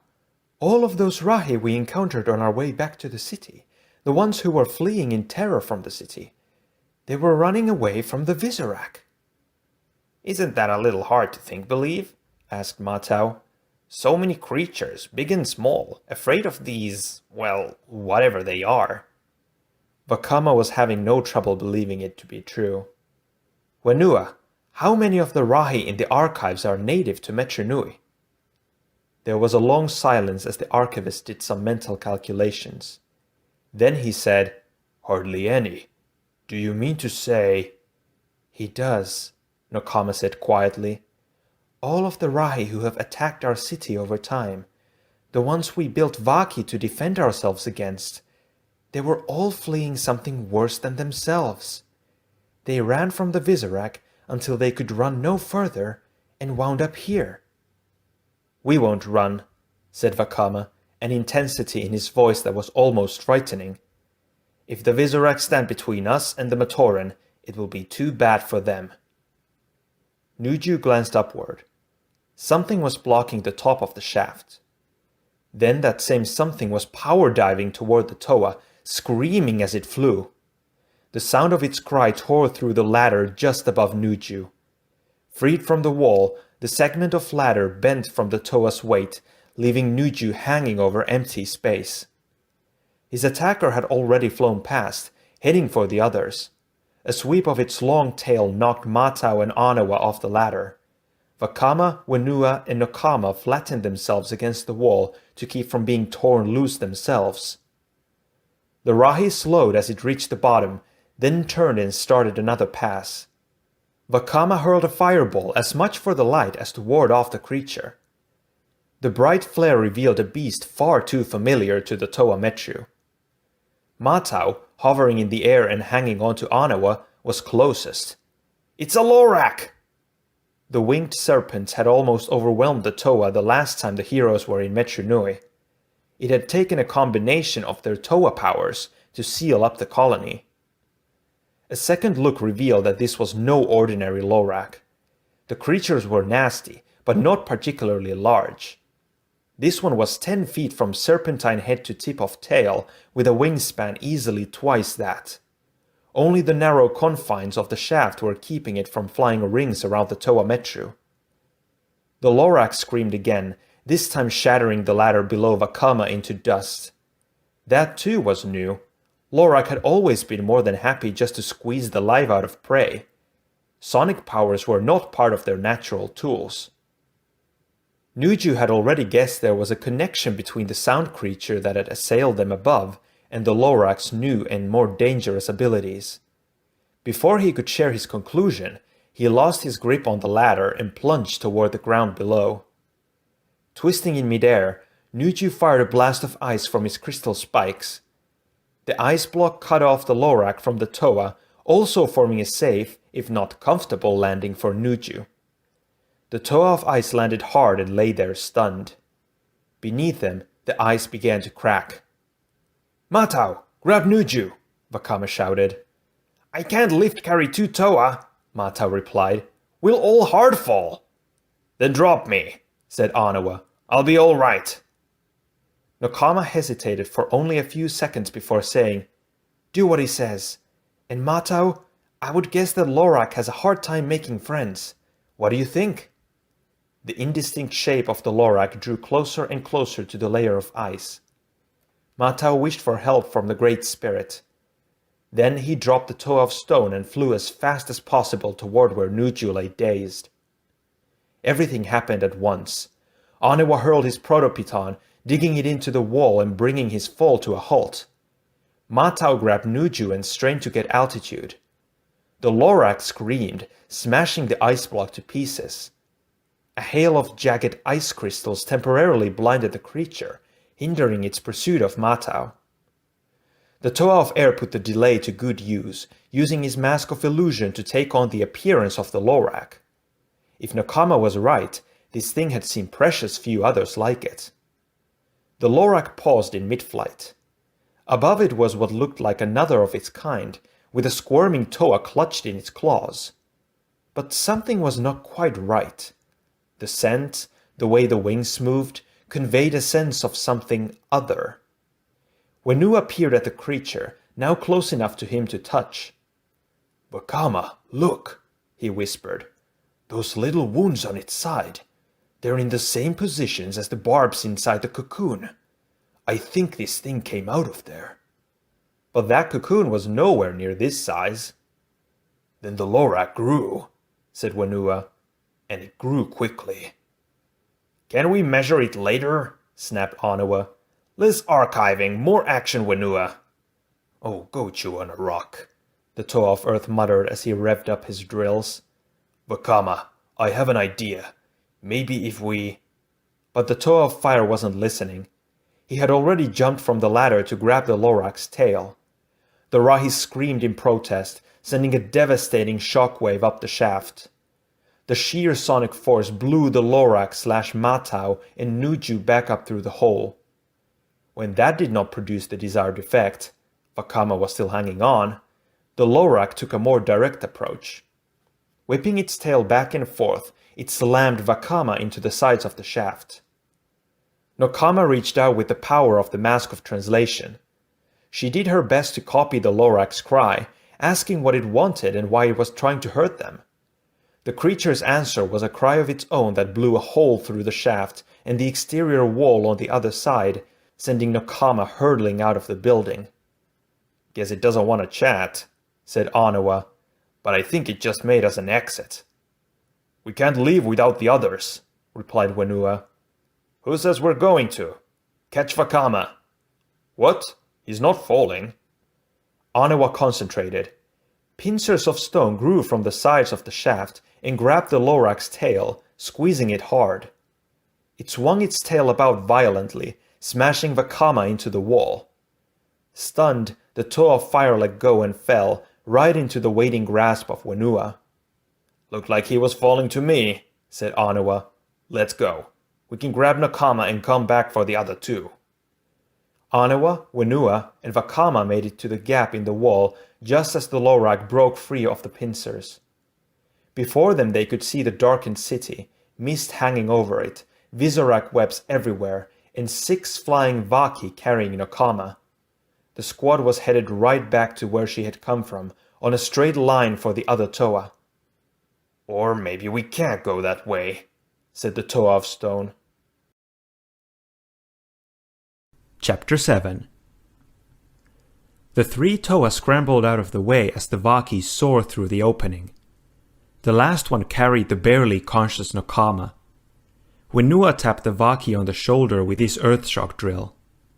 When it turned, Vakama grabbed it from behind as Anuwa snatched Nakama from its grasp. The Toa of Stone knew the shaft was going to be no place for Nakama. He swung out through the hole and dug his proto-piton into the wall. Now the problem was, which way to go? Up meant running into Visorak, down meant Vaki, Rahi, and Metru Nui knew what else. Maybe it is not so much a question of where I go, as how fast I get there, he decided. Down seemed the better option. Vaki and Rahi he knew. Visorak were something unknown. He was more than willing to postpone the pleasure of meeting them until all 6 Toa were together and ready for a fight. Throwing Nakama over his shoulder, he began the long climb down the outside of the Modo hub. His attention had to be totally focused on the descent. One wrong move would doom them both. Concentrating, he never saw the 3 Visorak that slipped from their web and began to climb down after him. Matau and Nuju peered over the lip of the hole and were shocked by what they saw. In the few moments they had lain there stunned, a full-scale battle had erupted between the Toa Metru, the Vaki, and the Lorak. So far, the Lorak seemed to be winning easily. The Toa of Air had yet to change back to his normal form. Nuju glanced over and found it disturbing to be side by side with a 10-foot-long serpent. "Change back," he said. "Why?" answered Matau. "Maybe I like being a giant snake. No one would dare to give me grief trouble now." Nuju slowly and deliberately aimed his crystal spike right at Matau's serpent's head. "I would, and it wasn't a request. Change back." "No." The Toa of Ice shrugged. But instead of launching a blast of ice at Matau, he simply created a thin sheet so clear that it served as a mirror. Then he directed the Toa of Air to look at the reflection of his new face. One glance and Matau said, "Think I will quick change back to handsome me." As the Toa of Air mentally switched off the power of the Mask of Illusion, Nuju rose to his feet. "Good idea. We have to help Vakama and Wenua, and there's no point in giving the Vaki 2 Lorak to worry about." "You have a thought plan?" "Don't I always? You are the transport expert. Tell me, why do Le Metru airships only fly so high?" Matau thought for a moment before replying. "Safety. Fly to high sky and then you go straight down because..." He grinned. "Because ice forms." Nuju nodded and sent waves of frost out of his Toa tools toward the Lorak. Its wings were soon covered with a thick coating of ice. Despite the creature's great strength, it could not compensate for the added weight and keep them beating. Nor could it use its sonic scream to clear them without destroying its own wings. Sensing the trouble was confined to the shaft, the Lorak used its powers to blow a bigger hole in the wall and forced itself out into space. Vakama saw it turn in midair and head for Toa Metru, no doubt seeking a source of heat to melt the ice. If Nuju was hoping the Vaki would pursue, he was disappointed. Apparently, 4 Toa Metru close by were worth more than a Lorak on the wing. "I'd hoped we could avoid a fight," said the Toa of Ice. "We can," answered Matau. Without another word, he summoned a cyclone in the shaft. The wind swept off Vakama, Wenua, and the Vaki, lifting them higher and higher toward the opening at the top. Matau crouched down, eyes fixed on the rapidly rotating shapes in the whirlwind. At just the right moment, his hands darted into the windstorm and snatched the wrists of Wenua and Vakama. Seeing what he was doing, Nuju raced over to get a grip on the two Toa as well. Once certain they were both secure, Matau shut down the cyclone. Startled by the abrupt halt, the Vaki plunged down into the darkness. A few moments later, a resounding crash signaled that the machines had landed. "That's what's missing from Metru Nui these days," said Matau, hauling Wenua and Vakama up out of the shaft. "Not enough crash bang." The three white Visorak spiders watched as Anawa and Nokama vanished underground. This breed of Visorak, known as Sukarak, generally preferred high altitudes where the air was crisp and cold. Roparak were far better suited for a subterranean hunt, but they were gathered on the other side of the Modo Hub. The Sukarak would just have to proceed, or else report to Rudaka that they had allowed the Toa to escape. She would no doubt order them bound up in their own webbing and hung out as bait for flying Rahi. Shuddering a little at the thought, the Visorak marched in single file after their prey. Anawa laid Nokama down gently, then tried to get his bearings. They were in the archives, that much he knew, but carvers rarely bothered to visit this place. He had no clue which direction to travel in or what might be lurking nearby. Wenua would know, but the Toa of Earth was back in the shaft. Everything in Anawa told him that he should go back now and help the others, but he knew that wasn't what they would want. They were counting on him to stay free, and Nokama with him. If anything happened, they might be the only Toa left to carry out the mission. He waited impatiently for the others to arrive. Nokama stirred. Anawa went to help her to her feet. "Easy. You took the brunt of quite a blast." "I'm all right. Where are the others?" Anawa heard the hatch open up above. "That must be them now. I guess they finished off that overgrown rockworm." The Toa of Stone turned to greet his friends. Instead, he found himself face to face with a Sukarak.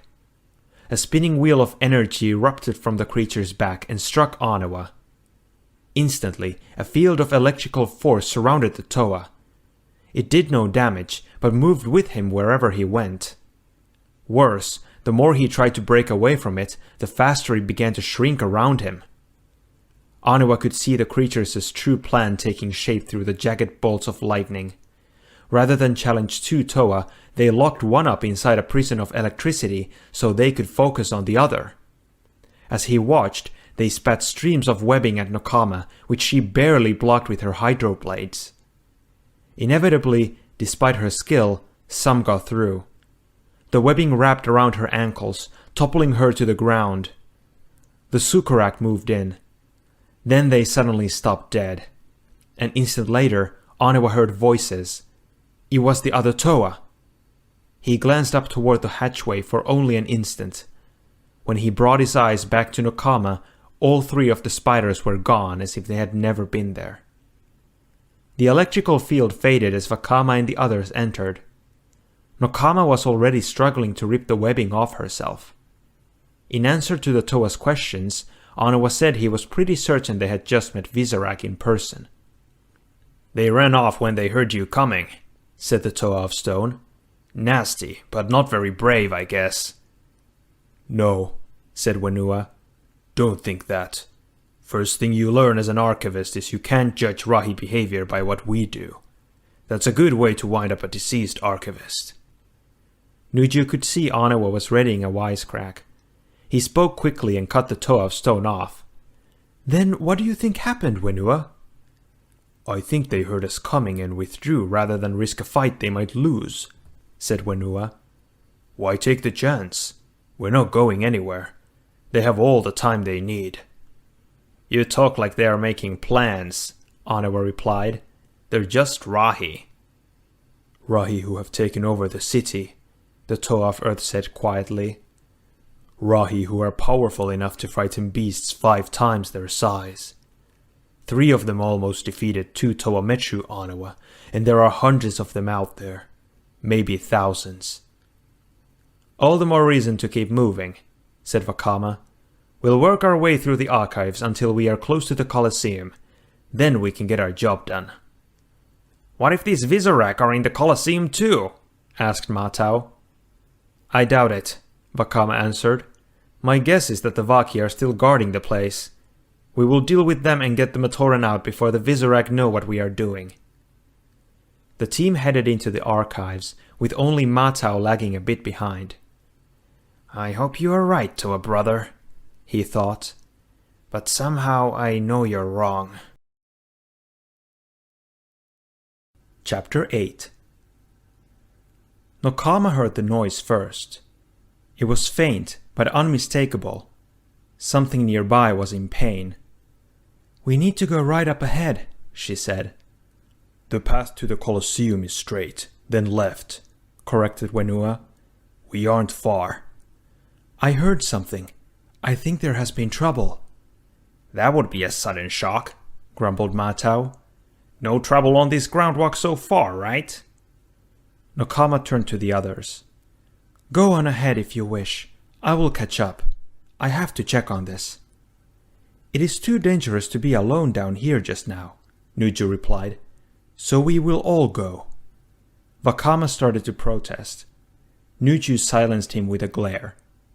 It is possible what you heard, Nokama, may be a Visorak trap, the Toa of Ice continued. In which case it makes sense for all of us to investigate. Nokama led the way, with Wenua close behind. What's down here? She asked the archivist. I mean, what was down here before? Isolation ward. Rahi that were constantly attacking archivists and each other were sent down here. If it seemed their behavior wouldn't change, they were moved down to the deeper sublevels where security was better. So anything on this level is dangerous? Wenua chuckled. No more dangerous than laying down in front of a Kikanalu stampede. There's a reason that only the real Akalini heads on the staff were assigned here. No point in risking good workers being hurt. The cry came again, this time loud enough for all of the Toa to hear. Wenua put a hand on Nokama's shoulder and slipped past her. Better let me go first, he said. You have to know how to approach a wounded Rahi and gain its trust. Otherwise... A huge paw slashed out of the darkness, hurling Wenua backwards against the wall. He slammed into the stone and toppled forward, barely getting his hands out in time to catch himself. Otherwise you get knocked on your mask, said Anawa. Nokama took a step into the darkness. A harsh growl greeted her from within. Sister, don't! Said Matau. The Toa of Water ignored him. She kept her eyes forward, trying to pierce the shadows. She could just barely make out a large shape huddled on the stone floor. Shh, it's all right, she said softly. No one is here to hurt you. Let me help. Be ready, Anawa whispered to Nuju. If that thing attacks. Give Nokama her chance. I don't claim to understand her instincts in these situations, but she seems to have a connection to the natural world that we lack. And she can keep it, said the Toa of Stone. Nokama took another careful step. The Rahi lashed out weakly, its paw never even reaching her. It's all right. You're not alone anymore. Without turning her head away from the Rahi, she said, Wenua, shine your light here. The Toa of Earth did as she asked. The beam from his mask of night vision revealed a young ash bear roughly the size of a Toa. Even an untrained eye could see that she was badly hurt. Trampled, Wenua said sadly. She must have been caught in a rush to get out of here after the quake. I don't think she will last very long, Nokama. The Toa of Water knelt beside the Rahi. The ash bear was too exhausted and in too much pain to fight. Nokama summoned a cooling mist to comfort the beast. Is there anything we can do? She asked Wenua. We can't just leave her here to die. We may not have a choice, said Anawa. Don't forget there are Visorak down here and maybe Vaki and who knows what else. We can't take the time to play healer for a Rahi. The Matoran need us, added Vakama. We have to go. The Matoran have been asleep for weeks, unaware of what is going on around them, Nokama shot back. This creature is alone and afraid, and I will not see any being die with fear in its heart." Nuju looked over the Rahi. The ash bear's injuries were too severe to move her. Of them all, only Nuva really knew anything about taking care of Rahi, and he was ready to give up.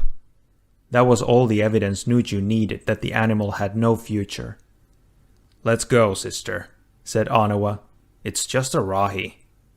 Yes, it is," said Nokama. "And to Makuta, our friends were all just Matoran. Beings that were not as smart or powerful as he, so not worth caring about.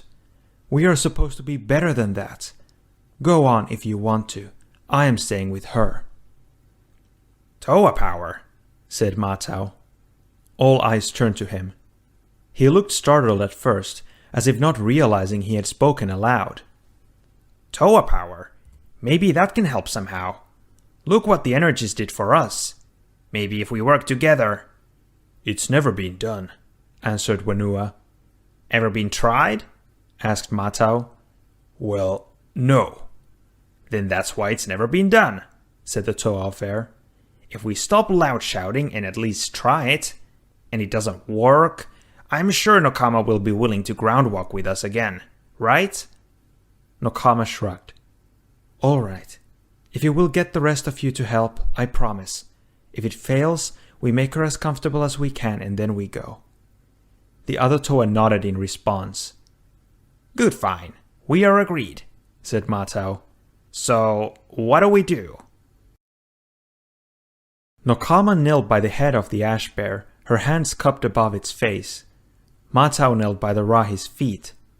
2 Toa were on each side, Toa tools extended and crossing each other. "We have to all act as one," said Nokama. "Concentrate. We have grown so used to using our powers to fight, maybe we have ignored their ability to heal." One by one, the Toa summoned their unique elemental energies. The outflow of power had to be tightly controlled. It would not do to burn, freeze, or encase the Rahi in stone. As Nokama formed a sphere of water in midair, the other 5 Toa Metru focused minuscule amounts of their raw energy into it.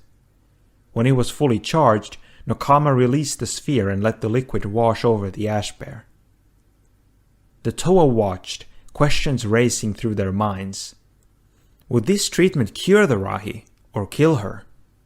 What effect would surrendering even a small amount of their Toa power have on them?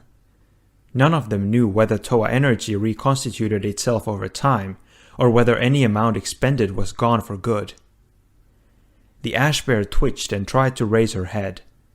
It took her a few tries, but once she had fully revived, she let out a roar and rolled onto her feet. The Toa Metru instinctively took a step back, but the Rahi made no move to attack. She simply regarded each of them in turn, meeting their eyes but not making a sound. Then she gently pushed past Wenua and Nokama and lumbered into the darkness. "That was amazing," said Nokama. "Now she has to find a place of safety," said Wenua. "I am not so sure there are any on Metru Nui these days." "She will be fine," assured Matau. "One day she will be quick bounding out of the trees on the island up above, scaring the masks off of Matoran. Wait and see." "There won't be any Matoran there if we don't get moving," said Vakama. "Wenua, lead the way. Take us to the Metru hatch closest to the Coliseum." "I still say this is a mistake," said Anawa. "We could be walking right into an ambush." "My visions would have warned me," the Toa of Fire said calmly. "And they haven't. You'll see, Anawa, before you know it we will be safely back on the island with our friends. We are Toa after all. A few spiders aren't going to stop us." An aged pair of eyes watched the Toa depart. The heroes never saw the being who watched them, for he did not wish to be seen. There would be time enough for a meeting later. He darted through the darkness as if it were bright sunlight, sure-footed and swift. Pooks would see to the ash bear's safety, while Iruini led the Sukarak on a futile chase deep into the archives. He knew the winding, twisted holes better than any being alive. The Visorak would have no hope of catching him. Norik's task was to keep watch on the Toa Metru. They were walking into danger, and worse, doing it with their eyes wide open. He could not fathom the depths of their recklessness. Did they not have eyes? Could they not see what had taken hold of their city? Norik's mind flashed back to times past. How many lands had he seen fall to the Visorak? How many thousands of living beings had been brought low by their insatiable hunger for conquest? And all the while, the faces of Sidorak and Rudaka loomed over all, laughing as lives were ruined and great works ground into dust. He picked up the pace. The Toa Metru were moving very quickly, as if in a hurry to meet their doom. And if Norik did not catch them in time, their lives and all hope for this city would be lost forever. When Nuva opened the hatch, slowly and carefully, he looked from side to side, but saw nothing out of the ordinary. "Just your usual quake-ravaged, blacked-out city of legends," he said to himself. "It's as safe as it's going to be," he whispered. "Come on." The Toa Metru climbed out of the archives and onto the street. The Coliseum loomed over them. None of the heroes could look on that imposing edifice and not remember the horrible sight of Matoran being loaded into stasis spheres while Makuta stole the power of an entire city. The earthquake had followed hard upon that moment, but far more than the city was shattered. Something in the Toa Metru had crumbled as well. "What is our plan?" asked Nuju. "Get to the Coliseum, down any Vaki cards there, and get the spheres," answered Vakama. "Then we get them out of the city before the Visorak find us." "How?" "We could lash together Vaki transports and sail back the way we came. Then we can carry the spheres over land through the Karzani's lair and back to the island." "Where do I begin to list the reasons that won't work?" said Nuju. "Forget it," Vakama replied. "We will worry about getting them to the island once they are safely in our hands. Follow me." As they moved out behind the Toa of Fire, Matau was struck by the utter silence. He had never heard Le Metru so quiet. It wasn't just the absence of Matoran voices, though that was eerie in itself. There was no birdsong. Ordinarily, nests of Rahi flyers could be found in the tangle of cables, but now they were all gone.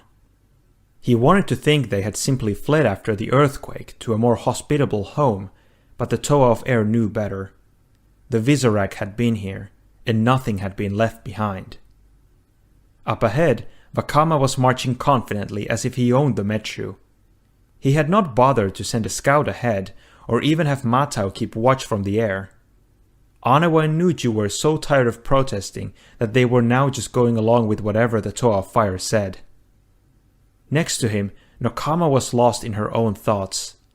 She felt she knew Vakama as well or better than any of the Toa, but his actions now mystified her. He had been so dedicated to living up to Likan's memory, yet he was ignoring every lesson the Toa had taught. Where Likan was cautious, Vakama had become reckless. Where Likan valued the wisdom of others, Vakama was ignoring the other Toa to pursue his own course. Now it felt as if events were rushing to a conclusion, as water rushed over the Protodermis Falls. Every part of her being screamed they should stop, turn back, run away. Something was closing in on them, something ancient and evil beyond measure. It would seize them, twist them, and taint them with its touch. But when she opened her mouth to speak, the words would not come. Vakama would not turn back on the strength of her bad feeling. He would lead them into a fire pit if it meant fulfilling his promise to Likan. "Almost there," said the Toa of Fire. "When we get there, Wenua, you and Anawa can begin digging passages into the storage chamber. The more openings we have, the faster we can get the job done. The rest of us will try to awaken some of the Matoran so they can help us move the spheres." "I will high-fly and keep watch while you work," said Matau. "That way no crawlers can sneak up on us." "We need every pair of hands below," Vakama replied. "The faster we move, the less chance of any problems." "I will high-fly and keep watch," Matau repeated. "I don't want to backwalk into a Visorak, thank you, and neither should you." Vakama shrugged. There was no point in arguing. When they got there, Matau would see they had nothing to worry about and agree to work like the others. The Kilarak watched the Toa Metru pass below. As Rudaka had predicted, they were on their way to the tall structure that now served as the spawning grounds. Given the opportunity, they would damage the cocoons and delay the fall of Metru Nui. The spider creatures began to scuttle across their webs. It was their job to make sure the Toa Metru did not get the opportunity to oppose the will of the horde. They moved as silently as a shadow stealing across the wall. Each member of the squad was a veteran, instincts and skills honed in 1,000 marches. Each had savored the fruits of victory countless times, gloating over the sight of foes trapped forever in the center of their webs. It would be no different with these Toa. If anything, the Kilarak found themselves wishing for a greater challenge. "Why?" Nuchu said to himself, loud enough for Anawa to hear. "Why what, librarian?" "Why did the Visorak allow us to escape through the archives? If Wenua is right, and they chose to withdraw, they could have summoned others to strike at us. Yet they let us depart and make our way to our goal." "Like I said, not too bright," said Anawa. "I wish I had your confidence, brother," said Nuju, "but I cannot help but feel that there are more webs than the ones above us and around us. I think we are walking on one even now, and just when we think we have escaped, it will snap shut around us." "Amazing," said Anawa. "I have finally found it." "What?" "Someone who makes Wenua sound cheerful." "Quiet," whispered Vakama. "Watch for Vaki. Maybe we will be lucky and there won't be any around. But you see, all the way to the Coliseum and not a Visorak in sight."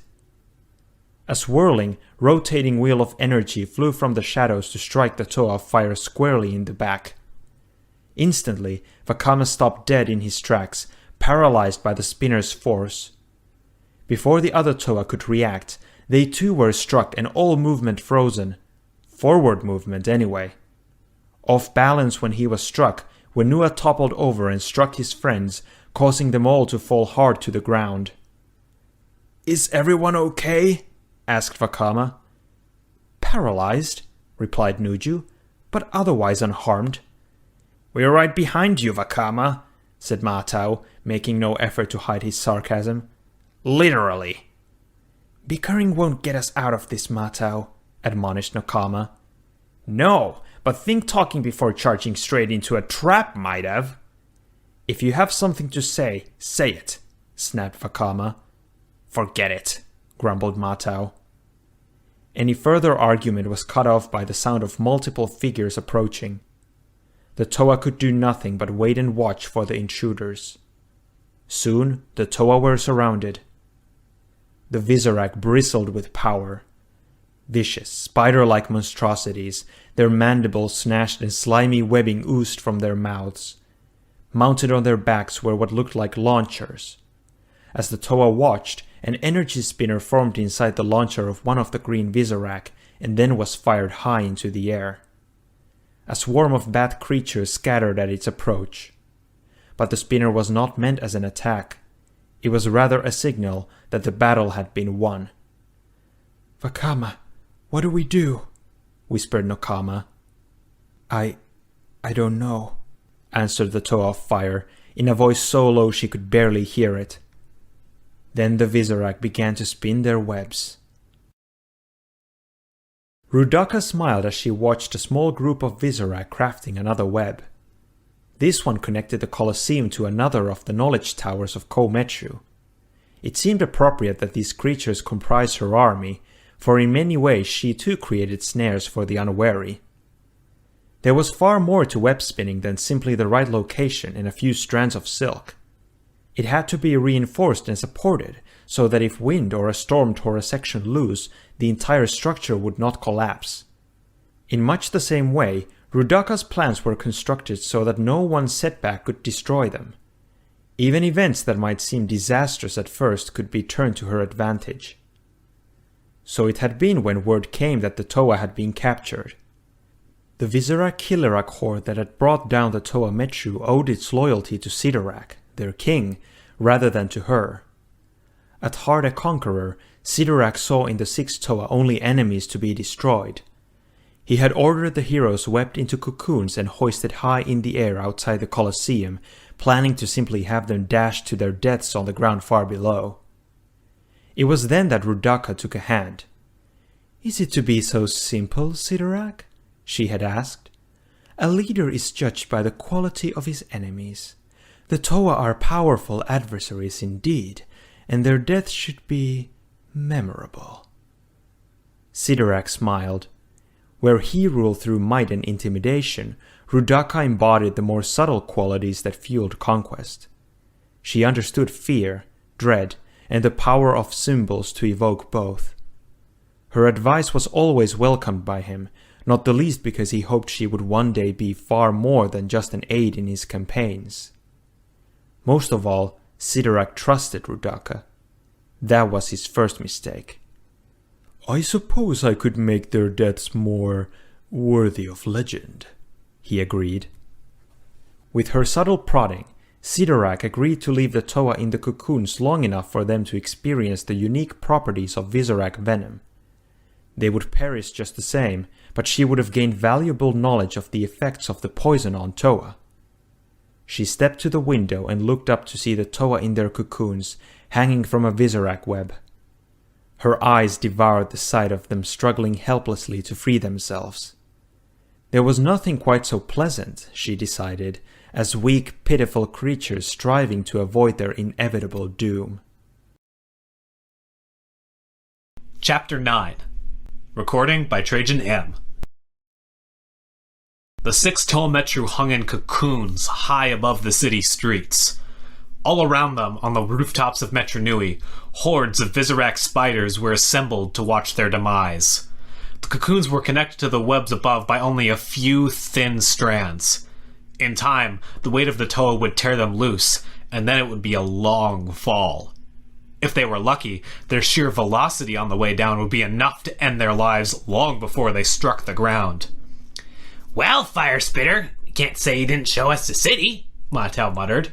"Course, we can say that you got us captured, poisoned, and seeing as I don't think we've been brought up here for the view, imminently smash-dashed." Okama struggled to think of what to say in reply. His head and body hurt all over. He could feel the barbs of the cocoon biting into him, and the Visorak venom coursing through his form. He glanced at the other Toa, now all facing destruction because he had made the wrong decisions. "I tried to lead you as best I could," he said. "I wish I had been better at it.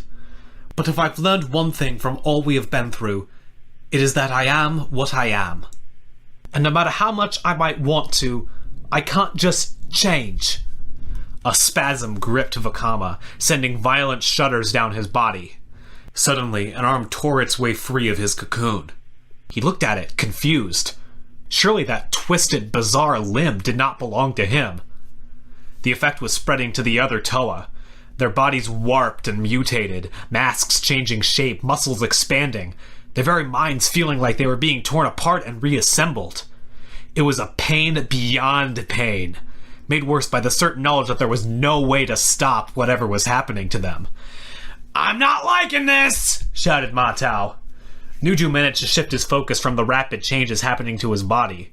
As the Toa's bodies mutated, they were tearing through the webs that made up their cocoons, the only things that were keeping them in the air. At this rate, they would not have to worry about their new forms for very long. "You're going to like it even less in a moment," he said. Vakama's mutation had begun first, so his cocoon was the most badly damaged. As Nuju watched, the Toa fire tore free of the webbing and plunged into space. One by one, the others followed, their strange, animalistic new forms flailing in the air as they fell. Then the Toa of Ice lost his grip as well, and plummeted toward the ground. The ground rushed to greet him. The wind made it impossible to breathe. He shut his eyes, bracing himself for his last moments. Impact! But not the kind he was expecting. Someone had slammed into him, cutting off his fall. Now he was being carried away by his rescuer, moving by leaps and bounds across the rubble of the city. Nuju opened his eyes. The being that held him was like none he had ever seen before. bent and twisted. It looked like a cross between a Taraga, a Rakshi, and some other Rahi species. Despite its small stature, it seemed to have no difficulty scaling walls or swinging from loose cables. If Nuju's weight was a burden to the strange creature, it gave no sign. Their journey came to an end in the ruins of Metru. The other Toa were already there, all of them transformed into freakish combinations of their own forms and the bodies of beasts. They were confused and horrified by what they had become. Even Matau could not look at his reflection in a puddle of water. The Toe of Ice turned to ask his savior a question, only to find that all 6 of the little creatures were gone. Mysteries built atop other mysteries, he thought, and none of them helping to solve the greatest of them all. What have we become? His mood was not improved by the discovery that his mask powers no longer worked. Whether that was the result of damage to the mask itself as a result of the mutation, or some side effect of the transformation on his own mind, he did not know. Even worse, his ice powers no longer responded to his commands. His Toa tools were gone as well, replaced by strange pieces of equipment whose function he could not comprehend. He looked at his friends. Where once they had been powerful, noble Toa, now they resembled something that would be hidden in the sub-level of the archives. Matau looked by far the worst. Nokama instinctively moved to comfort him. "It's all right," she whispered. "All right? You call this all right? We're all here. We'll find a way. Together. That's what friends do," added Winua. Matau got to his feet with surprising quickness and advanced on Vakama. "I don't hear you saying that, smelthead. What's the matter? Too busy planning another master plan? Maybe you can get us killed next time instead of just turned into monster beasts." Vakama stepped away, snarling. "I'm through making plans." "Well, that's the first happy-cheer thing I've heard since I turned ugly." Nuju frowned. Bickering was going to get them nowhere. Their future as Toa, or whatever they might be now, was going to depend on decisions made in the next few moments. Regardless of how we look, it might be better if we use our energy to find out why we have become whatever it is we are, he said. "The sooner we do that, the sooner we can rescue the Matoran," Nokama agreed. "But where do we start?" Matau shrugged. "How are we to be saving when we're the ones need saving?" "If you are wise, if you wish to be what you once were, you will listen." All 6 Toa turned at the strange voice, half wise sage, half snarling beast. The strange beings that had saved them from their fall had reappeared, seemingly out of thin air. They regarded the Toa not with fear or horror, but with sadness and resolve. Norik spoke again. "You have become something both more and less than what you were," he said. "You walk a road that is all too familiar. We know how it begins, and we know how it can end. You must act now, Toa, or there is no hope for you or your city." A surge of hope ran through the Toa. True, these creatures resembled old foes a little too much for comfort. But if they knew how this change could be reversed... "Tell us how to undo this, wise ones, and I'll personally build a field full of statues in your honor," growled Onawa. "You would be doing Metru Nui and the Matoran, as well as us, a great service," said Nokama. "We know of your plight," Norik replied. "We have been living in the shadows of this city since before the Cataclysm.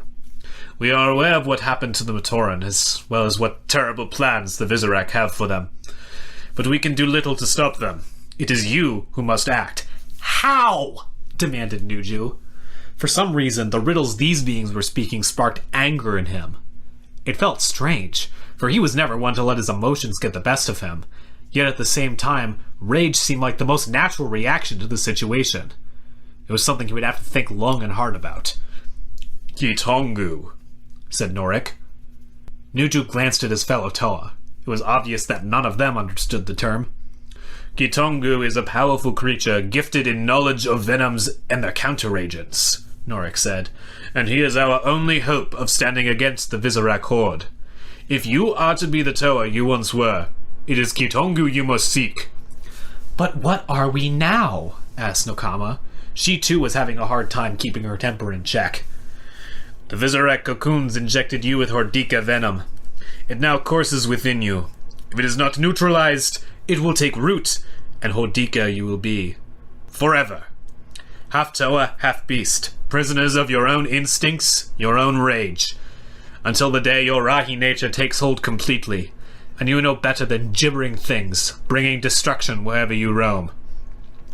Nokama shuddered at the thought. This could not be their destiny. It could not have been why Metru Nui blessed them with the power of Toa. I am a Rahaga, the being continued. Norik is my name. These others are Gaki, Bomanga, Kuelis, Pooks, and Diruni. None of the Toa knew quite what to say. It was hard enough to believe all this had happened to them, let alone that such bizarre-looking creatures were their only hope. Finally, Nokama spoke up. Rahaga, can you take us to this Kitongu? The Rahaga called Iruni laughed. Norik shot him a stern look, then turned back to Nokama. What Iruni so inappropriately suggests is that this will be difficult. We Rahaga came to Metru Nui in search of Kitongu, and there are those of us that, well, doubt his existence entirely.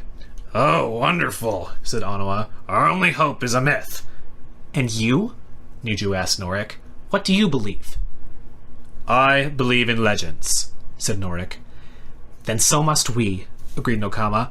Wait, interjected Matau. Shouldn't we group talk about this? What do you say, Anawa? Wanua? Mask Melter? The Toe of Stone and Toe of Earth said nothing. They had both dared to hope that their transformation might be reversed, only to find out that the whole thing hung on nothing more than simply another legend. Vakama never took his eyes from the ground as he said, I say we returned to Metru Nui to rescue Matoran, not hunt down mythical beasts. And you have a way of doing this? Norik asked sharply. Perhaps using your new Hordika powers. Powers you have not yet learned to use. I don't know, said the Toe of Fire. Something in his voice told Nokama he was dangerously close to an explosion. Don't know, or don't want to include the rest of us in your plans, Norik prodded. Either, Vakama replied. Then he rose and stalked away. Vakama! Nokama cried after him. I will talk with him, said Norik. What about us? Asked Matau. Norik gave him a smile, one laced with a hint of menace. Prepare yourselves. We've a legend to prove. It was some time before Vakama returned to the group. An uneasy silence lingered for a long while before he spoke. I can't tell you all what to do, the Toe of Fire said. It's obvious that my orders led us to this disaster. It's equally obvious that some of you no longer wish my company, he said, looking at Matau and Anawa. Vakama, they didn't, Nokama began. Vakama cut her off. But I think we can all agree that our problems pale next to those of the Matoran. We have to be sure they are safe before we can worry about how to reverse this transformation. Nuju nodded. As much as I wish it were otherwise, you are right. Placing the Matoran first puts us at risk of being Hordika forever. Something I would not wish on anyone. But seeing to ourselves before saving them may doom an entire population to this fate, or worse. We're Toa heroes, even if we don't look like it, said Matau. We have two problems.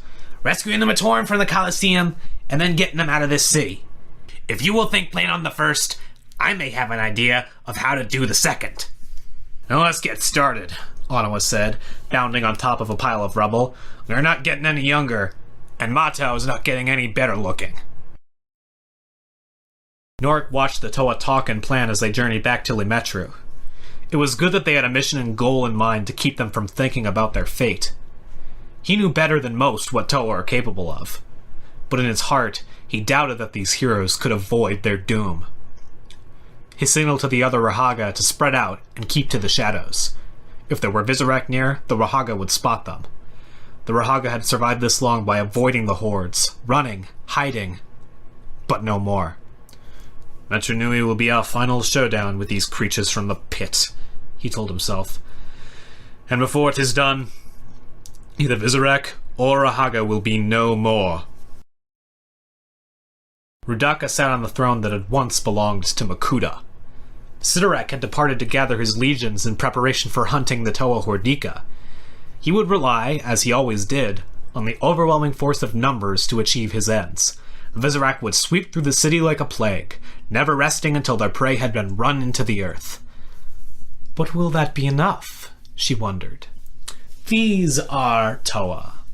Mutated, yes, burdened with the dual nature of the Hordika, but Toa just the same. This is their city. They know its hiding places, and they have the cursed Rahaga to aid them.